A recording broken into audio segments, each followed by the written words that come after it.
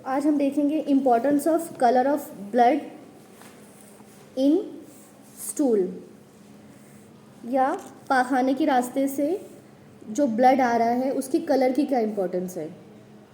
अगर bright red आता है तो ये डिनोट करता है कि जो डिसीज़ है वो लोअर एनल कैनाल या एनस के पास मौजूद है। It denotes disease of lower anal canal, that is anal fissure और हेमरॉइड्स।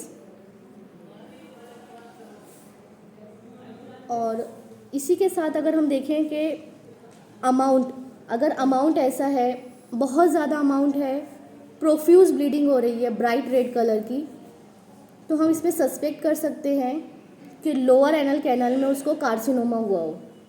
ठीक है।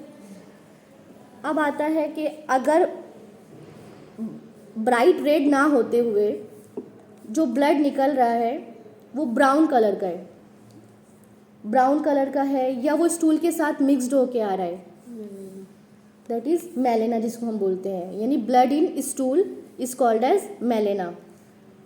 तो ये बताता है कि डिसीज़ जो है वो अपर एनल कैनाल में है या रेक्टम में हो सकती है। मिक्स होके आने का मतलब ये होता है कि उसको वक्त या जगह मिल जा रही है मिक्स होने के लिए। तो मोस्टली ये होता है कार्सिनोमा ऑफ रेक्टम या एनल कैनाल के अपर एरिया में किसी मैलिनेंसी का मौजूद होना। ये वजह होती है ब्राइट रेड के बजाय कलर के ब्राउन होने की।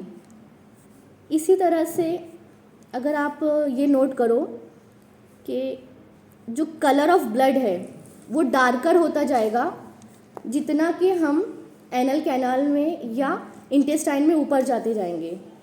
कॉज क्या हो सकता है?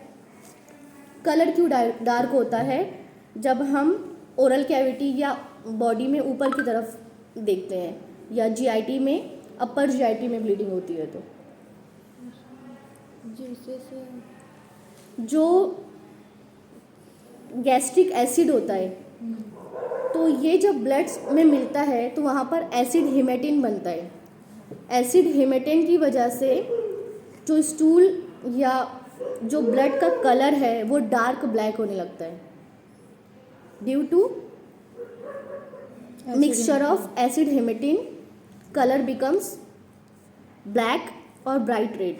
ब्राइट रेड ना होते हुए वो कन्वर्ट हो जाएगा, ब्लैकिश हो जाएगा, डार्कर कलर का हो जाएगा।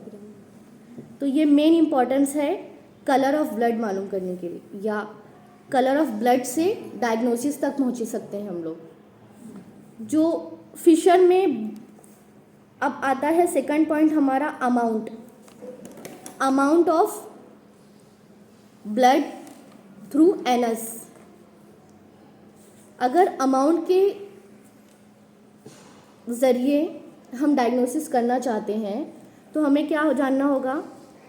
अगर फिशर होता है तो फिशर में ब्लीडिंग नहीं होती, या अगर हो रही है तो इतनी माइन्यूट होती है कि वो सिर्फ स्टूल सरफेस पर लग कर आता है। ठीक है, बहुत कम होगा, यानी हम इसे कह सकते हैं स्ट्रीक ऑफ ब्लड, यानी ब्लड की एक धार या एक लाइन की तरह स्टूल सरफेस पे मिलेगी। ये डायग्नोस्टिक पॉइंट है एनल फिशर के लिए। ठीक है। अब आता है हेमरॉइड्स। अगर पेशेंट को वैस्कुलर हेमरॉइड है, यानी due to dilatation of haemorrhoidal vein, और ब्लीडिंग पाइल में ये होगा कि पेशेंट कंप्लेन करेगा bright red colour of blood in stool in drop form.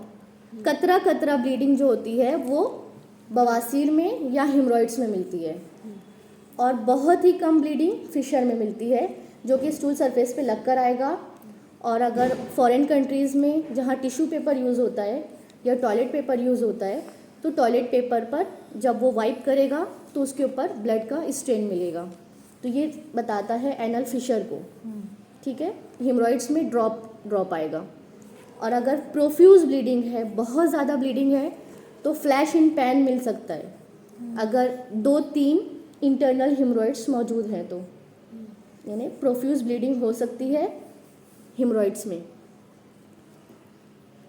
अब नेक्स्ट आता है, अगर हम एग्ज़ामिनेशन कर रहे हैं किसी पेशेंट में और आपको वहाँ पे कोई मास फील हो रहा है, अभी आप नहीं जानते हैं कि वो पाइल्स है, पॉलिप है या मैलिग्नेंसी है। अगर आपके टच करने से वहाँ ब्लीडिंग शुरू हो जा रही है, यानी ब्लीडिंग ऑन टच, और वो ब्लीडिंग स्टॉप नहीं हो रही है कोई हीमोस्टैटिक ड्रग लेने के बाद भी, तो आपको सस्पेक्ट करना चाहिए या this is a case of may be malignancy.